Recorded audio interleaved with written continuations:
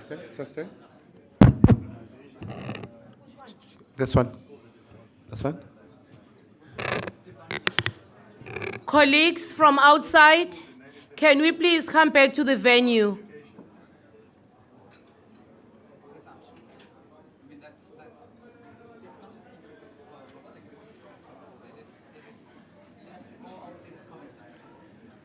I should have used the Zulu language to get everyone to come back.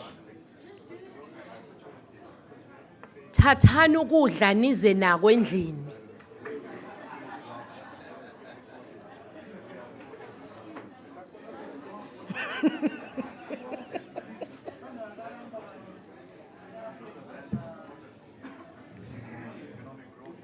Colleagues, wozani siqale.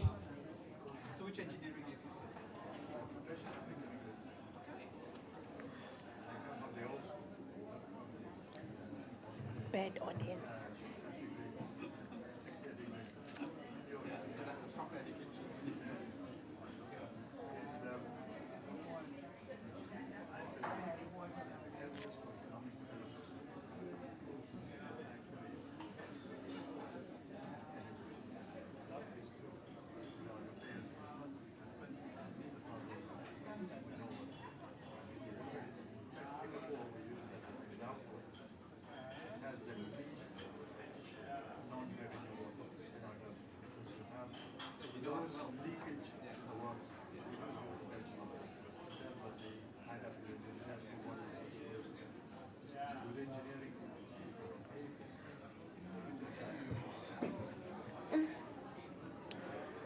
Abasekho bobabili uthiwa na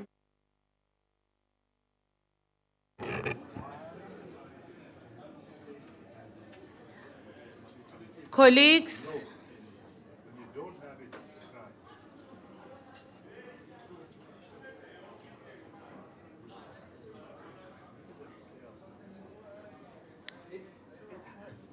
Jili, cela uvale lo mnyango.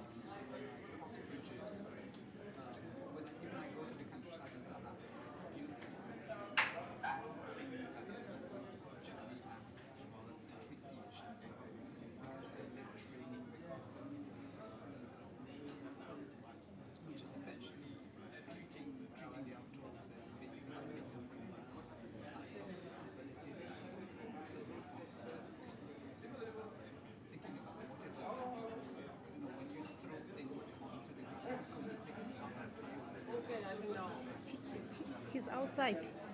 The guest is outside. I went outside. But he's outside, the guest. Huh? The one who you are introducing is outside.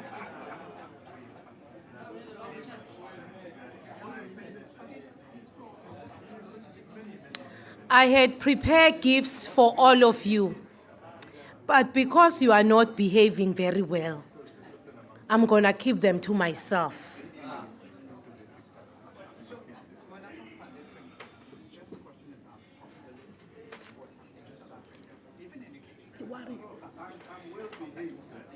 I can see those that are well behaved.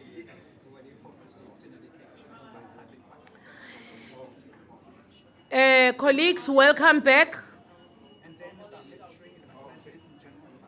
Where is he?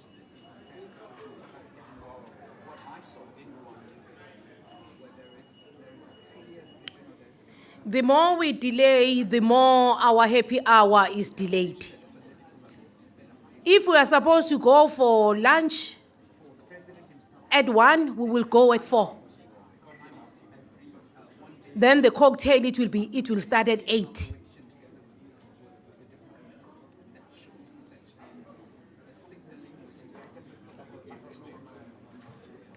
Settle down, colleagues. We are about to begin our next plenary session. These two, they need to stop talking. These two.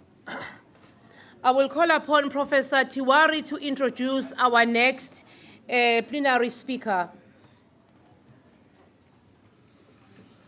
Good morning. Welcome back after a short break. I am Tiwari, and it's a great pleasure to welcome Professor Anil Suklal with all protocols observed because we want to save time. Prof. Anil Suklal is not a stranger to the faculty. In May we had a workshop and he was a keynote speaker there. So many people know him, and he gave me an instruction, 1 minute introduction. So I hope I meet that deadline. Prof. Anil, he's a professor, of course, with the 2 PhDs, and he's an ambassador at large at BRICS. And at the same time, he's a diplomat, have experience dealing with number of countries in Europe, China, and an expert on China, actually. So it's a great pleasure that he's here today. And he's endowed with the gift of gab. And the language flows from his mouth the way the water flows in the river. So you'll enjoy listening to him. Let me just read some of his achievements here. Ambassador Anil Suklal is the Ambassador at Large, Asia and BRICS at the Department of International Relations and Cooperation. He is also South Africa's BRICS Sherpa, IBSA Sherpa, and focal point for IORA, which is Indian Ocean Rim Association for Regional Cooperation. He is the holder of the 2 doctorates from the University of KwaZulu-Natal. Ambassador Suklal served as a Deputy Director General responsible for Asia and Middle East, Department of International Relations and Cooperation until 31st January 2022. He was also South Africa's Z20 Sherpa and FOCAC, which is Forum for China-Africa Cooperation. He also served as South Africa's ambassador to European Union, Belgium, Luxembourg from 2006 to 2012, and also at South Africa's mission in Geneva and New Delhi. Before joining government in 1995, he followed an academic career at the University of KwaZulu-Natal and at the University of South Africa, UNISA. Ambassador Suklal has published more than 20 articles in both local and international journals. He is a recipient of several fellowship and awards, including Fellowship in Human Rights, United Nations Center for Human Rights, Geneva, 1993, among many others. Okay, with so many achievements and talents, one important thing is he's a down-to-earth person, and he's a friend. I have found a friend in him. So it's a great pleasure to hear him. Prof. Anil, I welcome you. I also welcome here my friend, I will call him friend of Unizulu, Pradeep Ramlalji, who has been always supporting. Thank you very much. Welcome.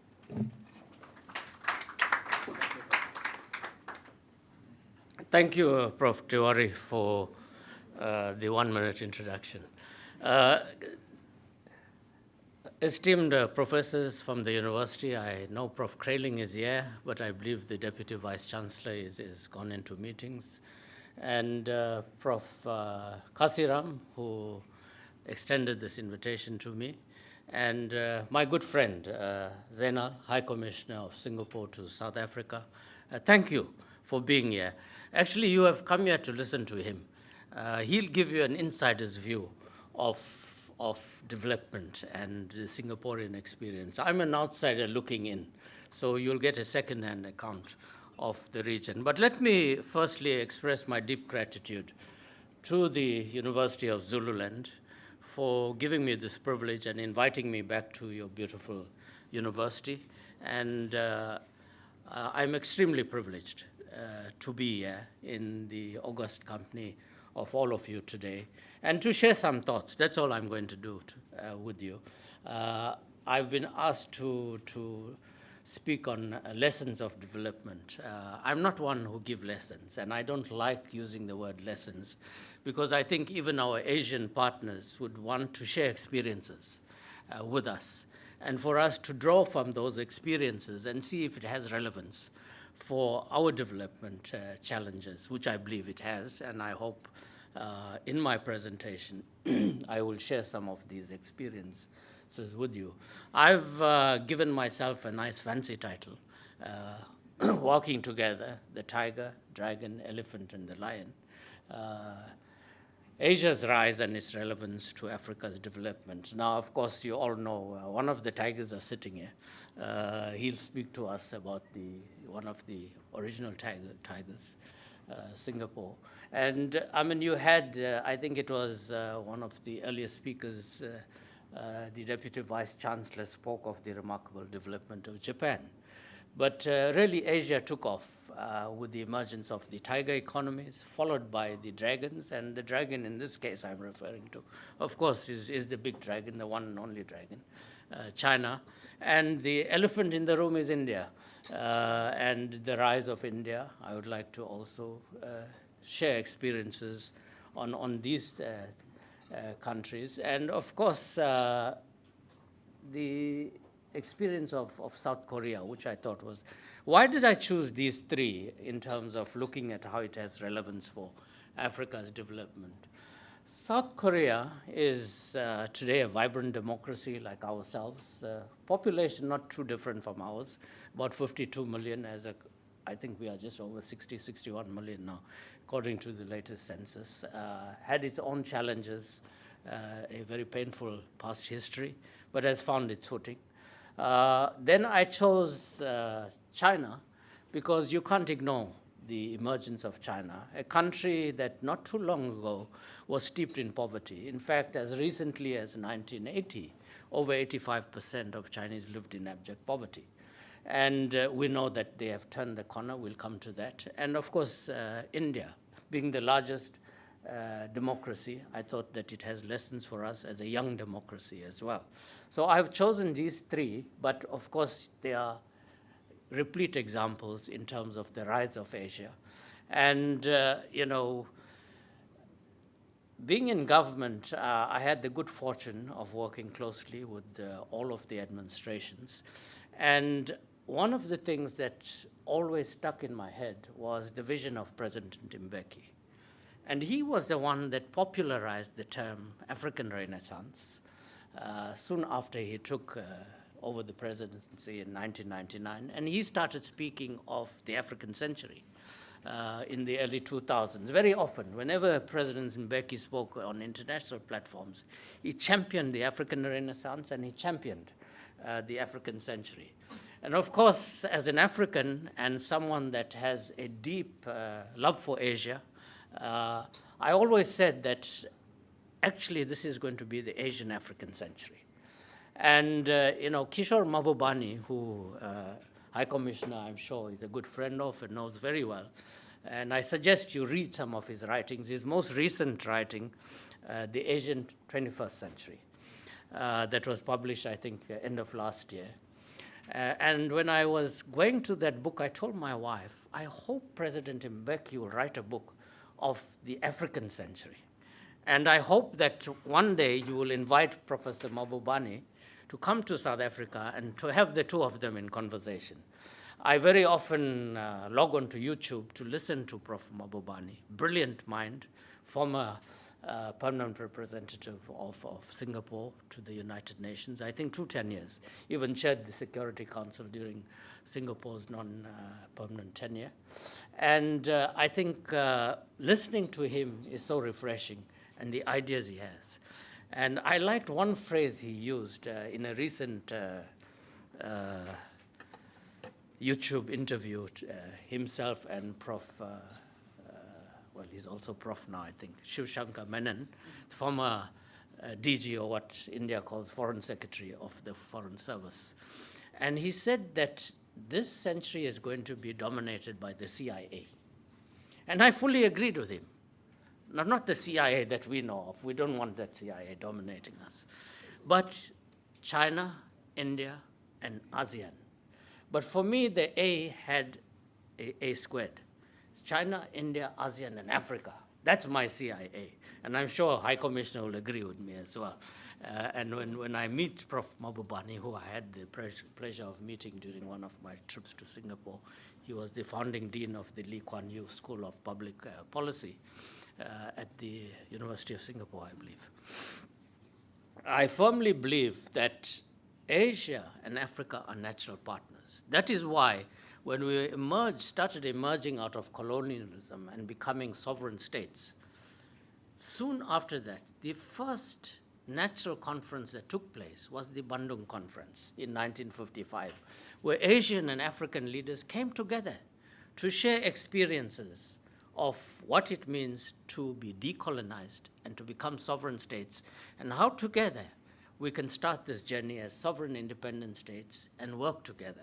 And I think Bandung set an important template for this partnership between Africa and Asia, and I think somewhere along the line it's been neglected a bit. But I believe the climate is ripe for us to revive this natural partnership. When I was asked to share developmental experience on the international front, I naturally thought of Asia, because not only because it's a region I know a bit of, but because I believe the Asian experience in development is relevant to Africa's experience in development. You know, when you have experienced poverty, underdevelopment, inequality, and you get out of that and you move from poverty to prosperity, you have that experience, first-hand experience and knowledge. And that is what Asia can share with us. How did they do it? Can we take some of those examples, apply it to our own context, taper it and streamline it and tailor it to our context, and see how we can use those examples in terms of addressing the challenges and the many challenges that we have, not just as South Africa, but as the African continent. And I believe we are at that point where we can be good repositories to take forward some of these experiences and see how it applies to our context, so that we also move out of poverty into prosperity, like the major part of Asia has done. And that's why Prof. Mabubani speaks of the Asian 21st century, and Mbeki has spoken of the African century. So let me also agree with some of the points made by our earlier speakers. I'm glad EPSA is here. EPSA is not your sponsor. EPSA is your partner, as was mentioned. And I would like us not to use this word sponsor. We are partners, and this is what I like about your Mbali conference, that you are inclusive. You are here, the academic community, but you have brought together the private sector, you've brought together government representatives, and I'm sure you've brought together civil society representatives. Because this is the inclusive manner in which we have to address the challenges that we experience as a country. It is not just government business, and you are not caught up in your ivory tower of learning. You are the brain trust of South Africa, and you generate knowledge that's fit for purpose. As someone said, it's not research, and I'm glad to see your research output has grown substantially from 5 or 6 to 30 plus. That's very positive. Relevant, tailored, fit for purpose research. And one of the things I also agreed with our previous guest speaker, Mr. Sepe, he said we need to build more specialized universities. Yes, but I want to say we need to build more universities. Coming from an academic background, one of the major mistakes we made as a young democracy was to rationalize universities. We had so few universities in this province. It was the 2 campuses, Howard College and Pietermaritzburg campus of the University of Natal. It was University of Zululand, University of Durban Westfield, the Mangosuthu Technikon, Emil Sultan Technikon. That was the totality of our province. Singapore, I've read, has about 35, you see, last time I read you already built one extra. 35. South Korea, just the city of Seoul, has over 40 universities. South Korea as a total has over 200 universities. India has over 1,000 universities. China over 2,700. I'm not talking here also of colleges. What we need is to invest in education. You will see all of these 3 countries that I'm referring to, and I'm sure that's the case 5.5 million people, 35 universities, and we, 60 million, how many profs? How many? 26, 27 universities. And we started rationalizing universities. I'm a great admirer of Prof. Asmal for the role he played in our democracy. But he was a poor education minister. Let me be frank with you. And we made a major mistake.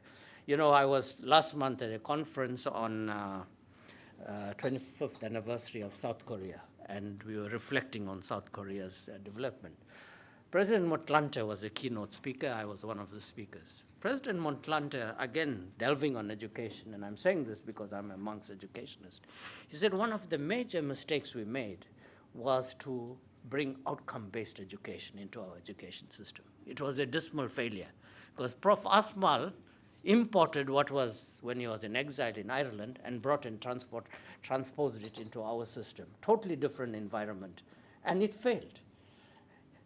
So therefore, it's important that when we draw lessons from other experiences, we contextualize it and make sure it's relevant to our own experience and our own development. And this is what I want to share with you, that with the rise of Asia, there are a number of experiences we can draw on, but we need to contextualize it to the African environment, to the South African context, and see how best we can draw on those experiences to address some of our major challenges. And as was pointed out, we live in perhaps one of the most, what Prof. Mabubani calls paradoxical time, and what Thomas Friedman describes as the age of acceleration. Someone mentioned that everything's moving so fast.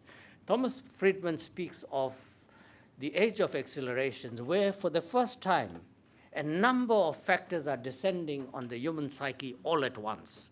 Issues of globalization and its challenges, the issue of climate change, new technologies, and now, of course, since he wrote his last book, Thank You for Being Late, where he speaks of this, the pandemic. Not just the pandemic, now I see monkeypox is also a big challenge globally and declared a global health emergency by the WHO, and we don't know what other pandemics are going to hit us. And added to that is major conflict. As I was sitting here, I got a message from my colleague at the Chinese embassy, the Charge d'Affaires ambassador is on holiday. Can I speak to you about Nancy Pelosi's visit to Taiwan this afternoon, please? Now that's between Taiwan and the USA. Why they want to trouble us? Because we live in an interdependent world, right? What happens in South Korea, when they sneeze there, we also get cold. So that's the interdependent, interconnected nature of the world that we live in today. And I'm saying the same about university society.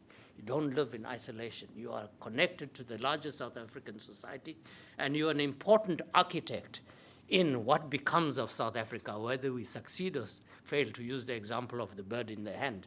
Whether South Africa succeeds or fail, whether Africa succeeds or fail, it's in the hands of all of us as a collective, not just in the hands of a few. And you will see this in the case of what has transpired with all of these. Now, Prof. Tiwari, you must stop me when it's my 30 minutes. I tend to speak too much. And I've got 51 slides to go through in now I think less than 20 minutes left. But I wouldn't go through all of them. As I said the last time, I will leave my presentation with you. It can be shared and you can read it at your leisure and either get bored with it or find it of some value.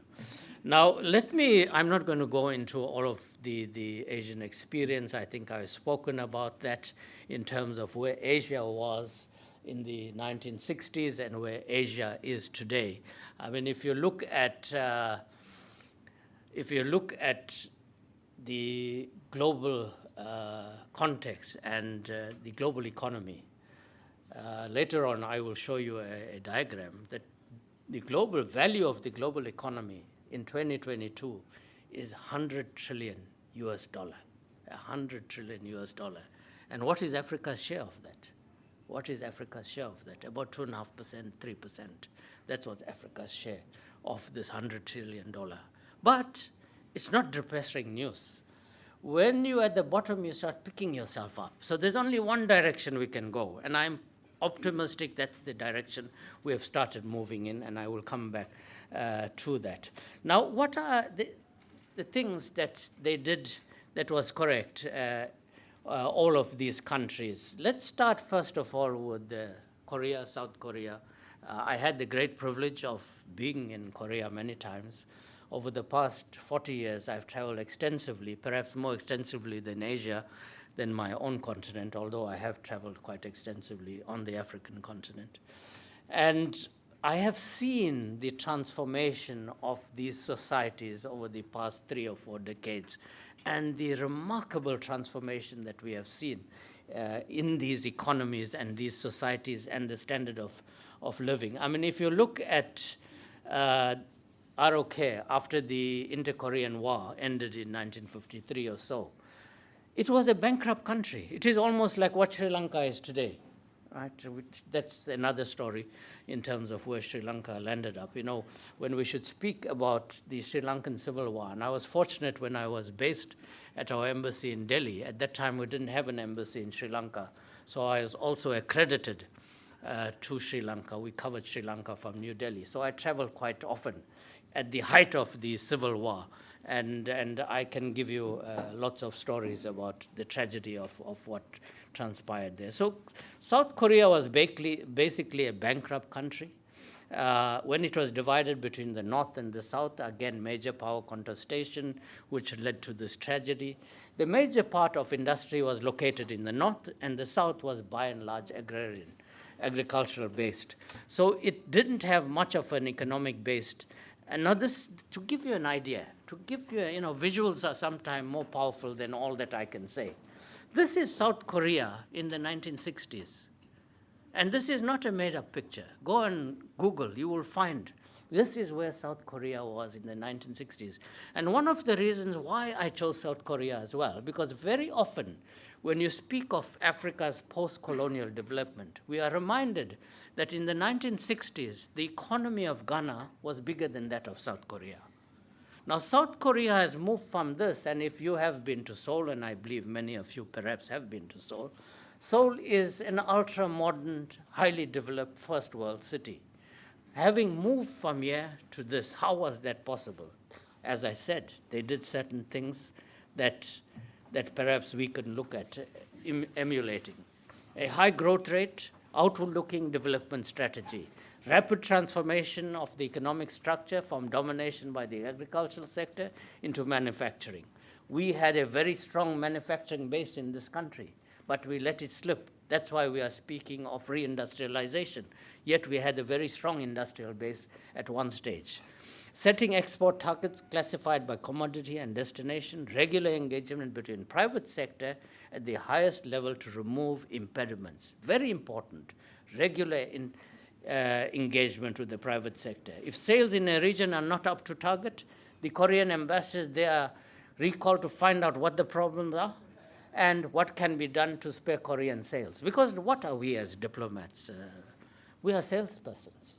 We are selling our country, marketing our country. We're glorified salespersons, give a nice title as a diplomat. But that's our job, to make our country lucrative destinations for foreign investment and to ensure that we open up doors for the private sector in terms of finding markets for our products and for opportunities for our people. They astutely exploited the prevailing international environment, maintained strong trading relationship with Japan, because Japan was the ripple effect. The rise of Japan had a ripple effect in terms of the other economies in the region. Enhancement of human resources and productivity through education. Again, I've mentioned the value of sound education. You see, our greatest resource, South Korea, like Singapore, don't have natural resources. Absence of natural resources. But the greatest resource that they have, which they treasure and treat as a diamond, is the human resource, which they mold into diamonds from the rough stone that it is, and the finished product is diamonds that the world want to interact with. And that's what South Korea did, and I'm sure Zainal will share with us also some of those experiences. And a Confucian work ethic that is very visible, I think, in most of Southeast and East Asia, provided avenue for upward mobility and increased productivity, merit-based appointment. Now, you can't take away from the fact, Mahbubani in his book also gives this example of Plato. Over 2,000 years ago, Plato said that if you entrust the running of the piloting of a ship to a rich man, just because he's a rich man, as against a poor man who has the necessary skills, what is going to be the results? The rich man doesn't know how to pilot a ship, so he'll go off course and you'll never reach your destination. But the poor man, he's experienced, and he will take you to your destination. But you don't put him there because he's poor, even though he has the skills. Now, one of the things for the success of countries like South Korea, China, Singapore, various others, and you're seeing it now increasingly under the Modi government in India, is merit-based appointment. And that's what President Ramaphosa promised us. If you recall his first State of Nation address in 2018, not after the elections, just when he took over from President Zuma, I made notes because for me it was very important. He said, I'm going to change the board of SOEs based on merit appointments. And that's a question I posed to our then minister. I hope this also is not just about SOEs, but about South African society in general, the private sector, including the public sector, including us in government. Because South Africa, we don't have a shortage of skilled people. We don't have a shortage of talent, nor does the African continent. But do we have the right people steering the ship? We need to move away from patriotism in terms of friendship, relatives, and these kind of appointments. And that's why these countries, why is Singapore Airlines a success? I recall seeing a video of Lee Kuan Yew, founding father of Singapore, when Singapore Airlines wanted to go on strike. And he told them, yeah, fine, we'll fire all of you, and we'll hire a new lot of people, right? You don't hold us hostage. It's about the airlines and about our country that is important. It's not about the individual. And that was what was the center of our struggle. It was about the country and not the individual. A people-centered approach. And that's why we got freedom, because it was the people coming together and driving the entire movement for democracy, for freedom, and regaining our rightful country. But are we still wedded to a people-centered society? Or have we forgotten people? I'm always reminded of a saying that if you forget about the people, remember there will come a day when the people will forget about you. And I think that is what we want to see and what we have seen in these societies, a people-centered society. Of course, a country that doesn't have much land base, like Singapore, South Korea, but developed a very strong agricultural base, very strong agricultural base. We were a food exporting country. We are a food importing country. We shouldn't be. Africa should be the breadbasket of the world because we possessed 60% of global arable land. We do as Africa. But what is the percentage of agriculture of the African continent? How much does agriculture contribute to our GDP? How many percent, do you know? It's about 2 to 3%, 2 to 3%. Why? Of course, I'm not going to speak of UNCTAD, but just to give you, I spoke about the global GDP. When GATT was formed in 1947, global trade was under $60 billion US. In 1950, 3 years later, it was $61 billion. In 2022, the value of global trade is $22 trillion. $22 trillion. Again, what is Africa's share of this global trade? Do you know? How many percent? How many percent? No. You're being very optimistic, 2.5%, 2.5%, right?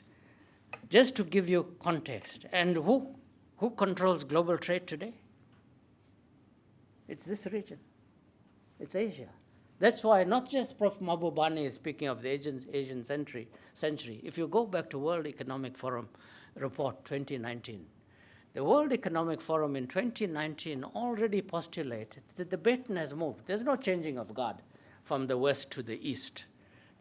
According to the World Economic Forum, 2019 was the turning point. And the baton has moved from the Western world to Asia.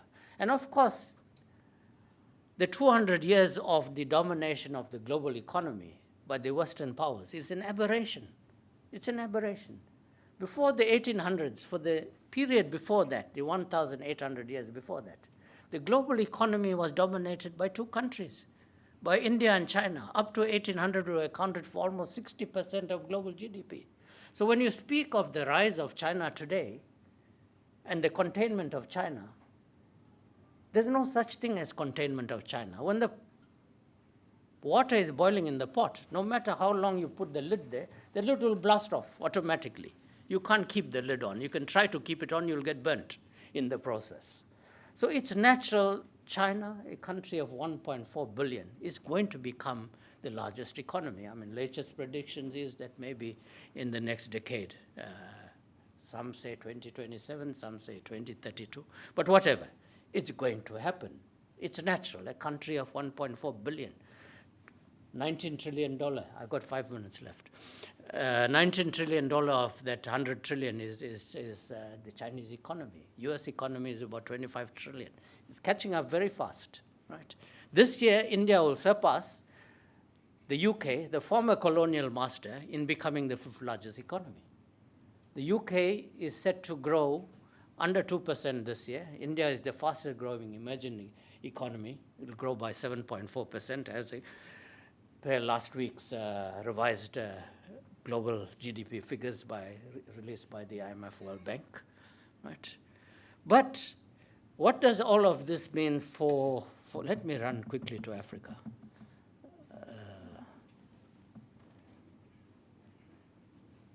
Let me first. Now you see, President Mbeki was always very, very sharp to remind us that South Africa is two economies. We are two countries. Now on your left, you see the South Africa that very few people, when they come and visit, experience. All of them come and see these beautiful homes, like when you're arriving at OR Tambo, and you look down, you see these wonderful homes with all the pools. Nearly every home has a pool, swimming pool. That's the so-called first world, or if you come to, well, in Mbali, if you go to Mbali, not far from here. That's one South Africa, and then you go to our informal settlements, which has been rising rather than decreasing. Now compare this photograph to where South Korea was in 1960. And I believe in the next coming decades, this is not just South Africa, this is Africa. We can change this pictorial to what South Korea was. There are certain fundamentals that we must get right. Now, of course, there was a great deal of optimism. I recall, you see, this is The Economist in 2000. Right? This is how they spoke of Africa. This was the cover story, the hopeless continent. Not too long ago. I recall this very well because in 2000, we started working on what is Mbeki's project, NEPAD. He started the whole idea of NEPAD, and I was on that team that started working on NEPAD, even went to Abuja with Abu Sanjo hosting us to discuss NEPAD. Some 11 years later, the same economist that wrote us off as a hopeless continent suddenly changes its tune and say Africa rising. That's where the lion started getting up. And if 2 years later, aspiring Africa. Because whether we like it or not, Africa is the last continent of development. Right? We have got a number of blueprints, Agenda 2063, you're all familiar with it. You're familiar with NEPAD and all of its programs and various other programs that we have put in place. Now, why I'm saying this is the Asian African century, 11th of July was UN Population Day. And, I don't know how they predict exactly. They know something of what's happening at night, that on the 15th of November, the global population will hit 8 billion. That's the UN prediction. We will hit 8 billion on the 15th of November. Now, currently, the global population as it stands, 61% is Asia. Africa, we are 17%. So between Asia and Africa, we are 78% of the global population. Now, according to the same UN projection, that at the turn of this century, 89% of the global population will be Asia and Africa. We'll be the majority, 89%. The others, that 11% will be minority. Currently, Europe is 10% of the global population, the Americas 5%, and Latin America 8%. But currently, Africa is about 1.35 billion, almost the size of Africa, China and India's population. And by 2030, we'll be 1.75 billion. And by 2050, we'll almost have doubled to 2.5 billion. Now, this, of course, can be both an asset and liability because we have the youngest population globally in terms of demographics. How do we use this to make sure that this youth dividend works for Africa and is a force for change? And this is where education and institutions such as yours in South Africa and throughout Africa must make sure that we tailor our programs, our curricula, to address our developmental challenges, that our education must become fit for purpose and be relevant to our challenges. So these are some of the lessons that we have to draw from Asia's experience. They had good leadership, good governance, merit-based appointments, focused on education, on giving the people the necessary skills. You can have all of, the general view put forward is that we are the richest continent in terms of resources, but why are we the poorest? Yet we are the future richest in terms of our human resource potential. And I believe this can be a key ingredient, but we need the proper ethical leadership, like we saw in many of these countries, with the right people steering the ship in the right direction. And I believe the next 40 years, as China pulled out some 700-800 million out of poverty, the prediction is that by 2067, almost the time of the 100th anniversary of founding of OAU, our poverty level on the continent will be just about 1.5%, very much the story of China. And I believe we are on that path if we make the correct decisions and we take examples of the Asian experience, tailor it to our experience, and I believe it has relevance for us. Thank you. I think I've exhausted. I've been told my time is up. Thank you very much.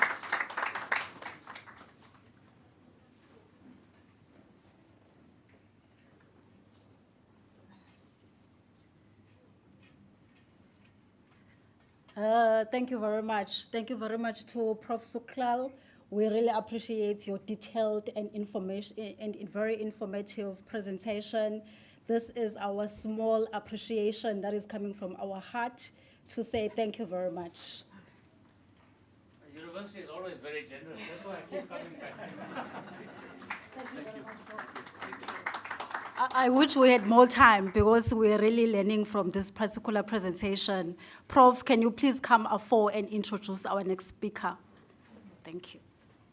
2 seconds.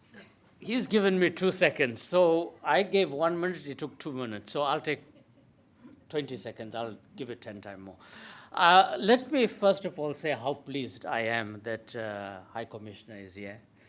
When Prof. Tiwari spoke to me and he said, look, can you suggest some names for our conference? And I asked him, what do you want? Do you want a high-profile political person? You want a cabinet minister? Yes, we can approach a minister to come and embrace your conference. Or do you want someone to come there and share experience that is relevant to South Africa? So I've convinced him, let's get someone that will come and share experience. And immediately when he asked me, who are you thinking of? High Commissioner, how long are you in South Africa? For about 10 months. 10 months, yes, 10 months. And without doubt, the first name that came to mind was Zainal. Because not just because he's the High Commissioner of Singapore, because I believe the story of Singapore is an inspiring story that must be told firsthand. And we have to hear it from an experienced diplomat. And one of the things I appreciate about Singapore, I was very instrumental when the embassy was founded. First non-residential ambassadors here, and finally we convinced them that you need to have a permanent presence here. They have sent high commissioners of caliber that have represented their country remarkably well. And even though Zainal is here for 10 months, everyone knows Zainal. And today you also will get to know him and the depth of his knowledge and experience. And I think it's important, as I said, to get an insider's perspective. One of the things, I was very fortunate as part of my capacity building. I went to Singapore for a course on economic diplomacy and leadership. And I was very blessed. The time I spent there, and I got a nice certificate as well. And I am always inspired by the way Singapore reinvents itself.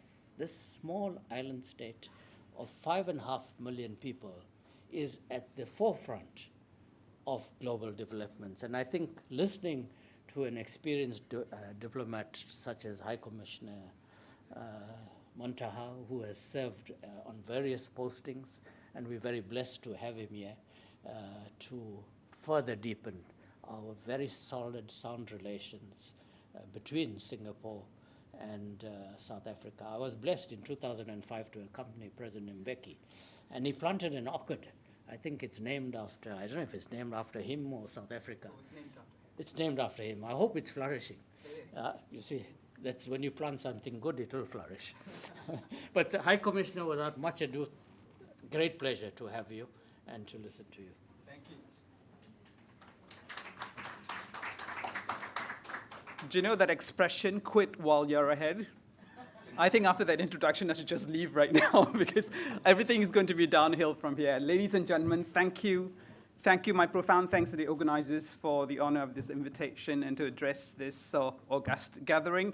I accepted the invitation to come here for 3 reasons. One reason is because you cannot say no to this man. You cannot say no to Ambassador Suklal. And he's been such a strong supporter of Singapore-South Africa relations. He's been a good personal friend, despite the fact that I've only known him for the last 10 months. And he's been a source of great information about South Africa and about Asia as well. There are many things about Singapore and about Asia that I've learned from him.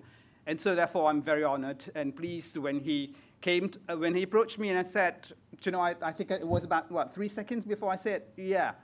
So therefore, it was, that was the first reason. The second reason is because I know that UniZulu is in Richards Bay.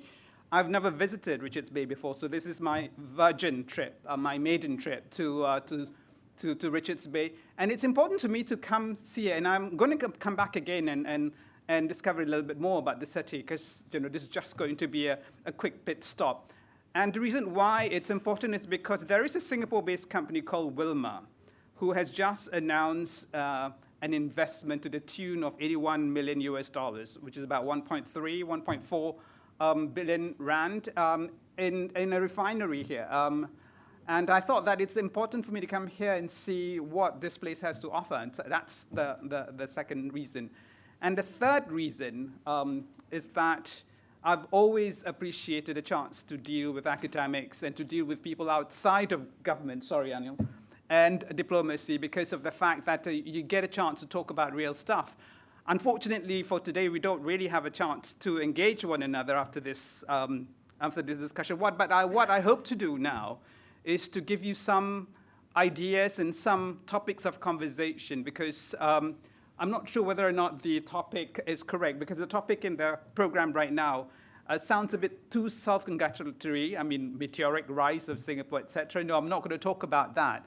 What I'm going to talk about is our approach, our experience in sustaining growth through resilience and innovation, which I think might be much more relevant to the theme. And congratulations, by the way, to the organizers as well for coming up with a topic which is highly topical. So, why is the topic so topical? Well, after more than 2 years of twists and turns of COVID-19, which my Prime Minister has described a crisis for a generation, the world may have found a way to live with the virus. But SARS-CoV-2, the virus, has exacted, of course, a heavy toll on the world economy. Neither Singapore nor South Africa has been spared. At the peak of the crisis, the Singapore GDP shrank by 13%, the biggest contraction since our independence in 1965. Thankfully, though, the Singapore economy has rebounded beyond even pre-COVID levels last year, albeit very unevenly across the different sectors. And at the start of this year, 2022, business sentiments were optimistic. The Singapore GDP was forecast to grow between 3 to 5%. Then came the war in Ukraine. The military invasion is a violation of cardinal international rules, including the one binding countries to respect the sovereignty and territorial integrity of others.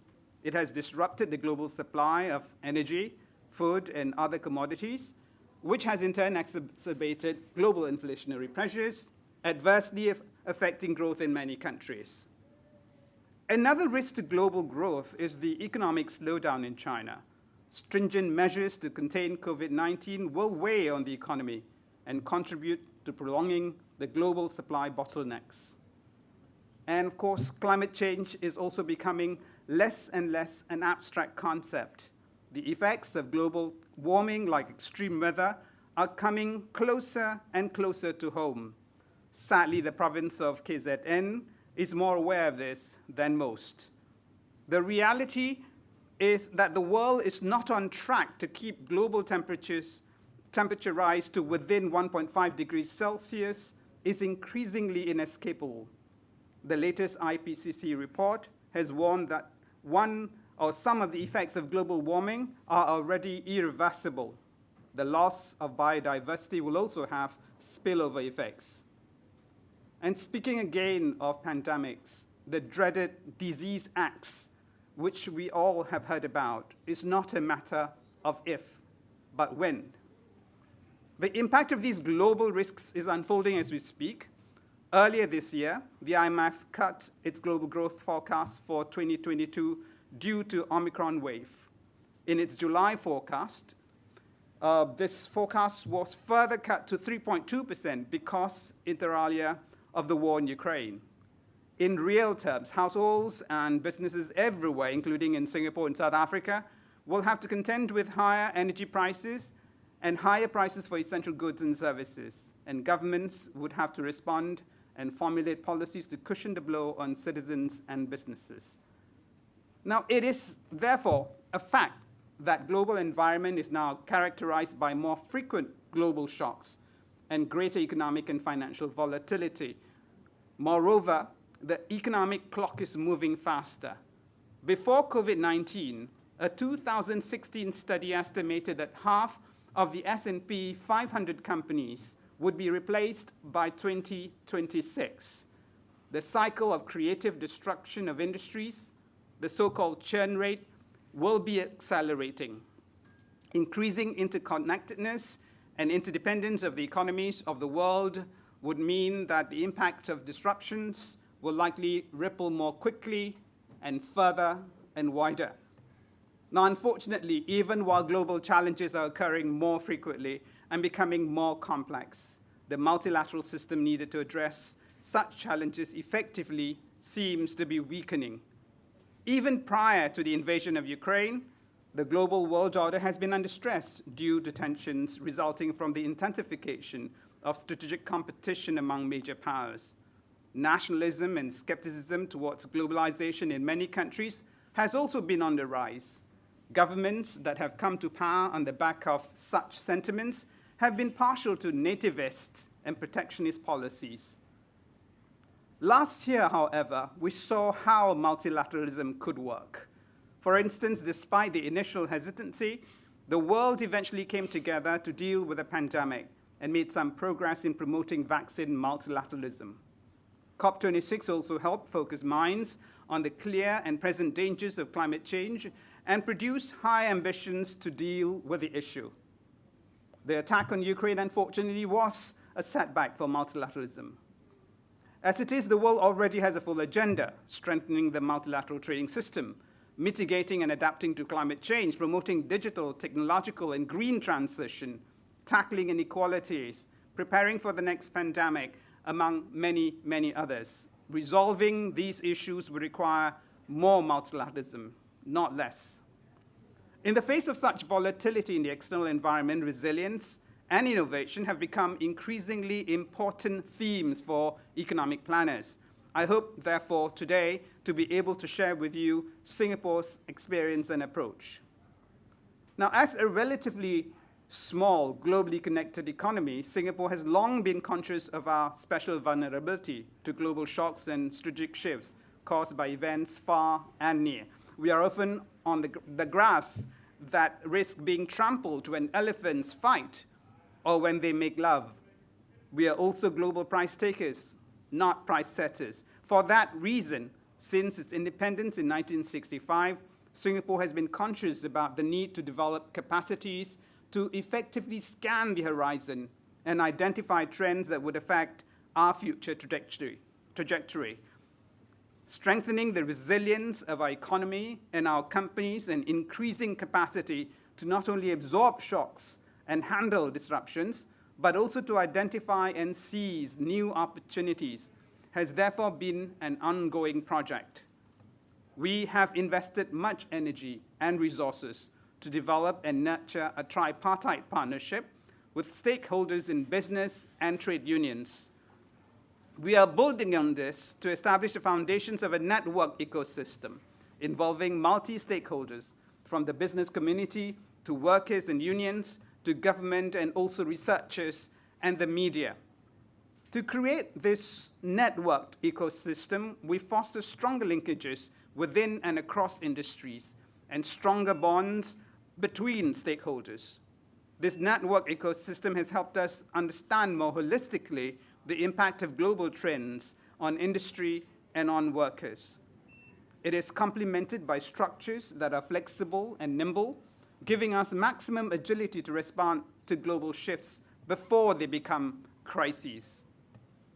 The network ecosystem that we're building in Singapore is a byproduct of periodic economic restructuring at different phases of Singapore's economic development as we adapted to evolving global and domestic circumstances. At every phase of our development, we have progressed by building on existing strengths, by growing new capabilities, and shifting away from activities that were no longer viable. In the 1960s and 1970s, for example, we pursued a strategy of export-led industrialization to complement our historic strength as an entrepôt. The manufacturing sector in Singapore remains of critical importance given its role in growing the service sector and sustaining Singapore's strength as a logistic hub. Singapore's latest economic restructuring and transformation exercise is based on strategies and programs recommended by the 2009 Economic Strategies Committee and the 2016 Committee on the Future Economy. The 2009 committee produced a set of policies, initiatives, and programs to nurture highly skilled workers to grow an innovative economy and build a distinctive global city. The 2016 committee built on that to improve Singapore's response to global structural shifts that were characterized by slower growth, by changing global value chains, by rapid technological changes, and the move away from globalization towards nativist and protectionist policies observable in key markets. The latter was particularly bad news for Singapore, considering that 2/3 of our GDP was generated by external demand. To address these challenges, the Committee on the Future Economy set out a vision to transform the Singapore economy into one in which the people have deep skills and are inspired to learn throughout their lives. Businesses are innovative and nimble, The city is connected and vibrant, continually renewing itself, and the government is coordinated, inclusive, and responsive. And to realize this vision, the committee recommended 7 mutually enhancing strategies to fortify Singapore's macroeconomic fundamentals and also strengthen the microeconomic foundations of our industries, namely, to deepen and diversify Singapore's international connections. Secondly, to acquire and utilize deep skills among the workforce of Singapore. Thirdly, to strengthen the capabilities of Singapore enterprises to innovate and scale up. Fourth, to build digital capabilities across the board. Fifth, to develop Singapore into a vibrant and connected city of opportunity. 6, to develop and implement industry transformation maps. 7, to establish partnership among all stakeholders in Singapore to enable innovation and growth. Now, the implementation of the future economy strategies, which is overseen by the Future Economy Council, chaired by the Deputy Prime Minister and Coordinating Minister for Economic Policies, has therefore been driving Singapore's economic transformation over the last 7 years. The COVID-19 pandemic struck 4 years after the future economy strategies were launched. The unprecedented impact of the pandemic had necessitated the unprecedented move on the part of the Singapore government to commit almost 100 billion Singapore dollars within 100 days to cushion the impact for those hardest hit, including employees and self-employed workers who lost their jobs or a large part of their income. But Singapore is not one to waste a good crisis. It wasted no time in convening the Emerging Stronger Task Force in May 2020 under the aegis of the Future Economy Council. The task force examined systemic shifts arising from the pandemic, identify challenges and opportunities, and formulate the recommendations on how Singapore could refresh, reimagine, or rest its economic strategies to stay economically resilient and build new sources of dynamism. Now, let me now highlight 3 specific initiatives that are currently playing an important role, not only in sustaining and enhancing the network economic system, but also in transforming the Singapore economy. They are the Industry Transformation Program, the Global Innovation Alliance Network, and the Alliances for Action. Let me talk a little bit about the Industry Transformation Program.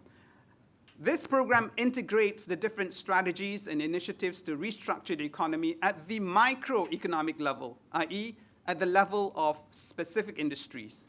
It brings together relevant agencies, businesses, trade associations, and chambers, and other stakeholders in a specific industry to develop what is called the Industry Transformation Map.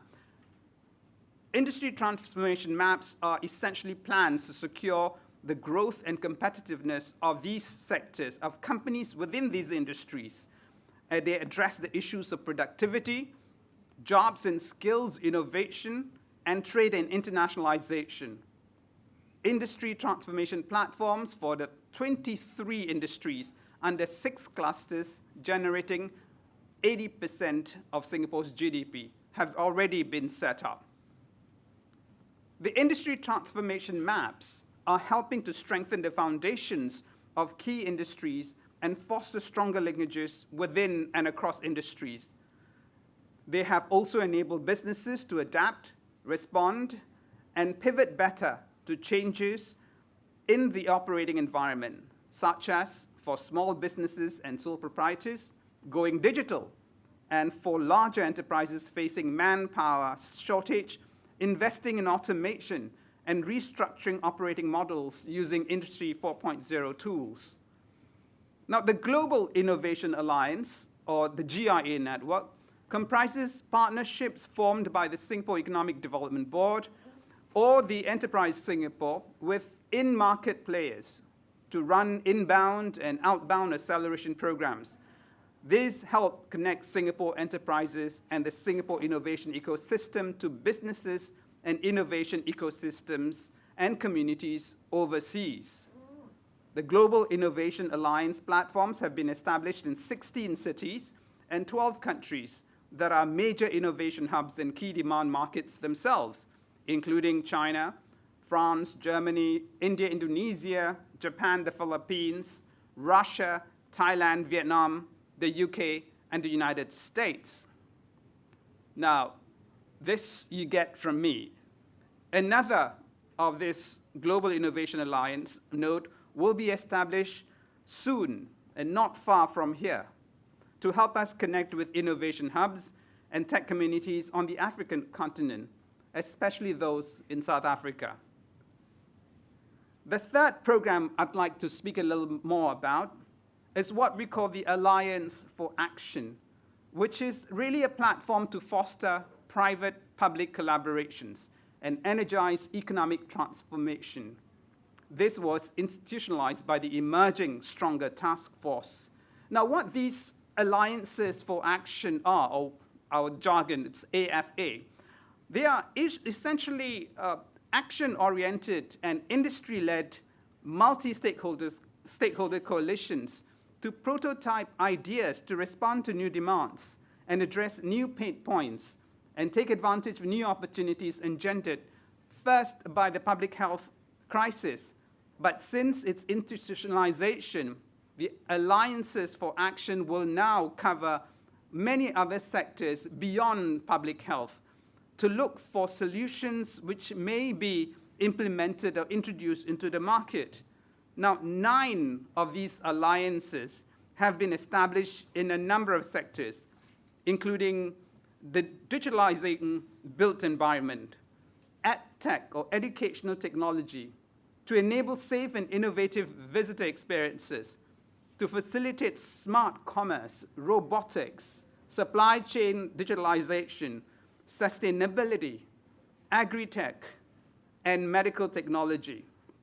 Now, in these specific areas, what we have fostered is a platform that allows businesses as well as trade associations and sometimes universities to lead a team comprising different stakeholders within that particular vertical space.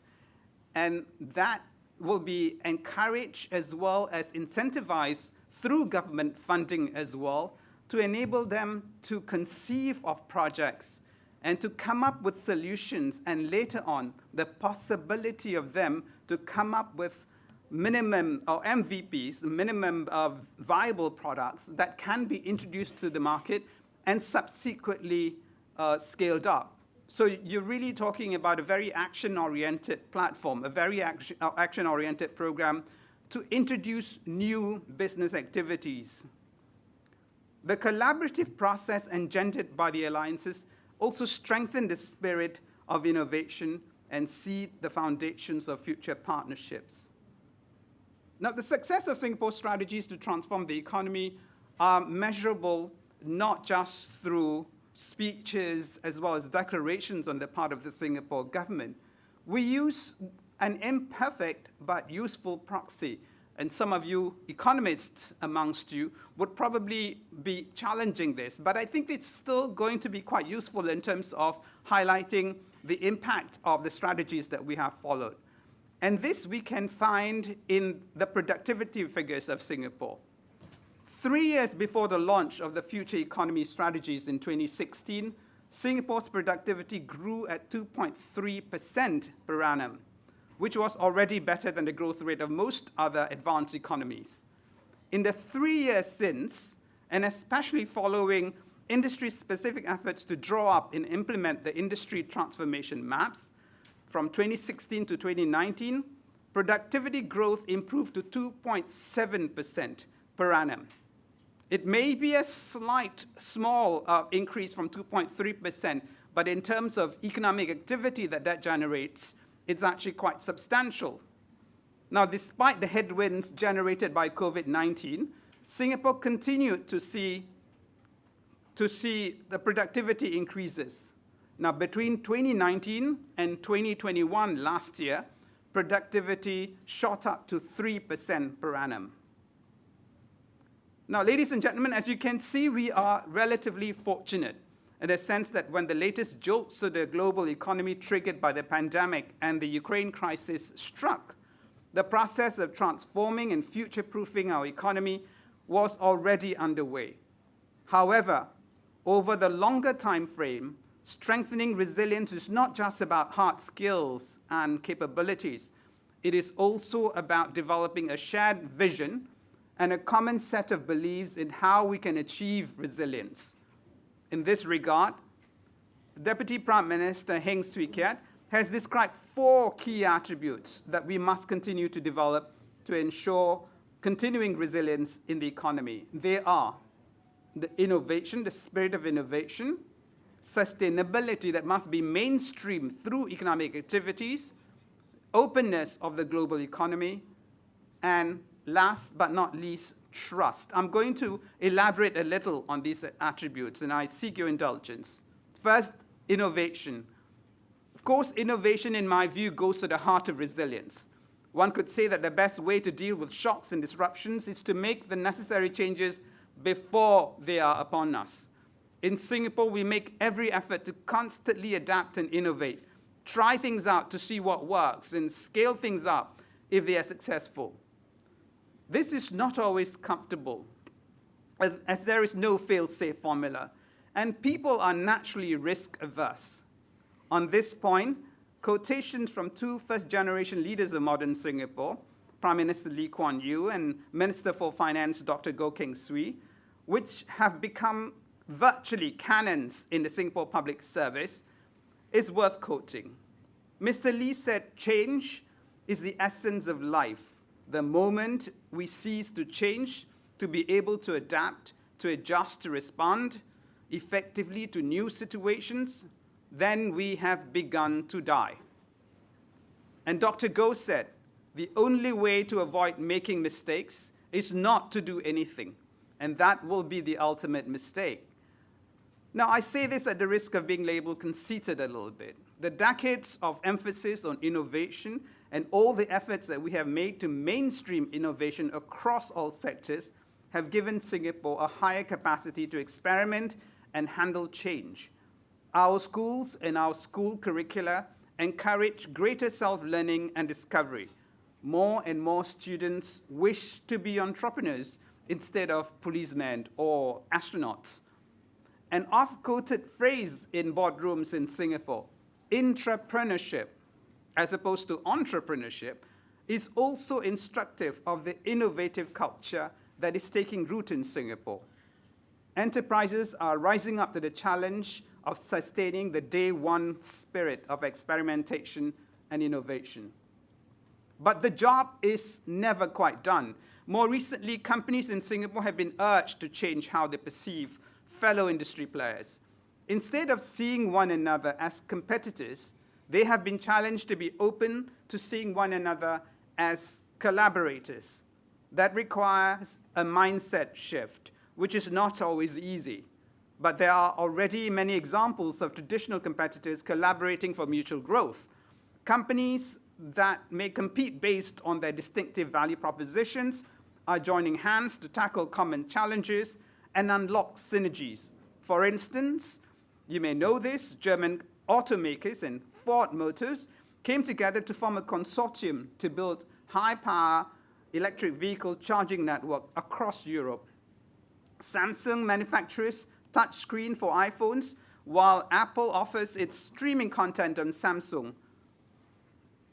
A company in Singapore, Tech Skills Accelerator, has been successful in bringing together industry partners across different sectors to jointly overcome shortage in skilled tech workers, for which they are all competing. A second attribute, sustainability.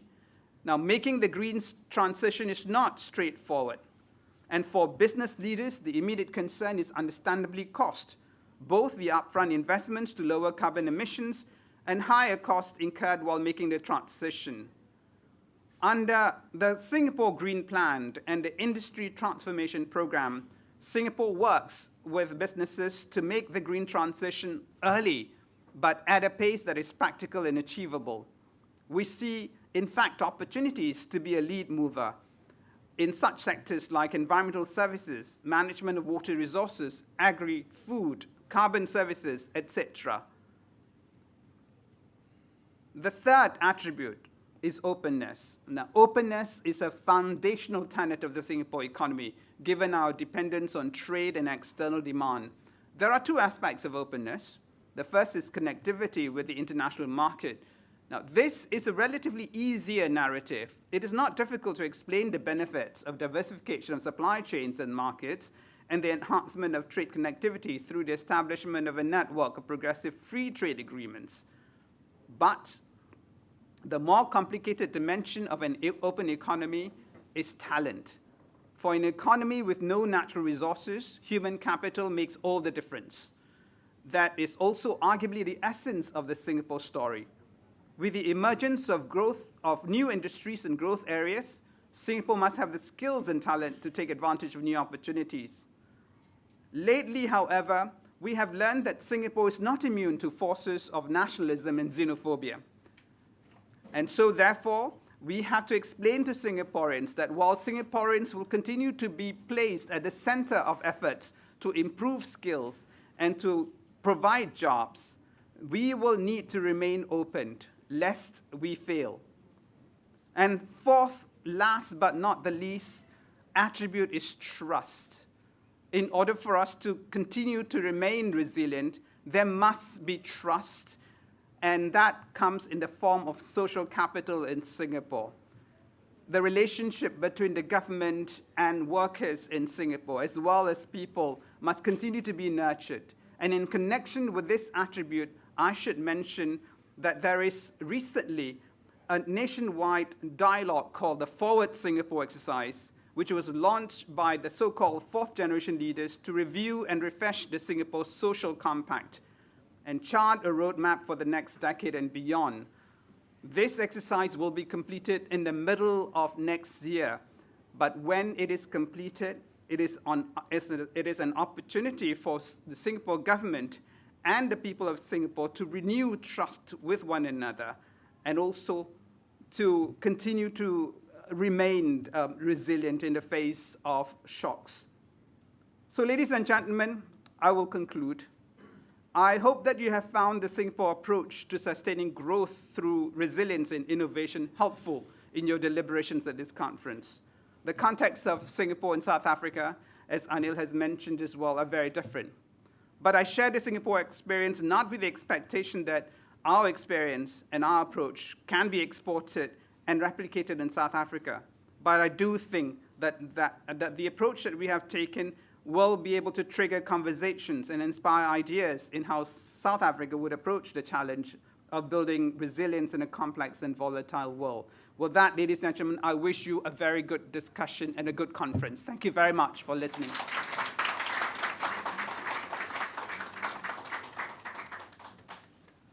Thank you so much, His Excellency, Thank you. for a well-presented talk. I believe that in South Africa, there are certain things that we can learn from Singapore. Thank you so much. And likewise. Thank you very much. Thank you. Colleagues, it's a beautiful day, isn't it? It's nice and warm, and it's winter time. If you don't experience the winter, I will surely bring the winter into you. Is it cold in here, isn't it? So you are feeling the winter. So colleagues, we are going to the next session where now we'll have 4 rooms, which is session 1, 2, 3, and 4. The hotel people, they will divide the room into 3 groups.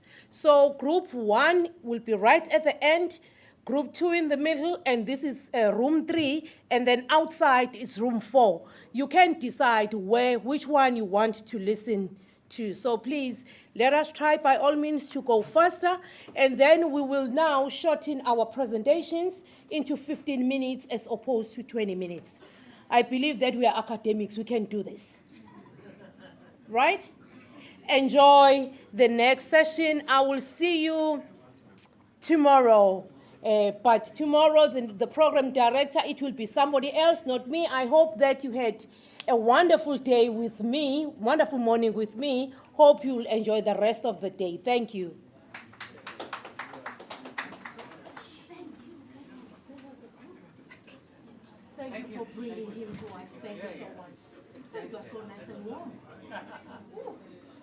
The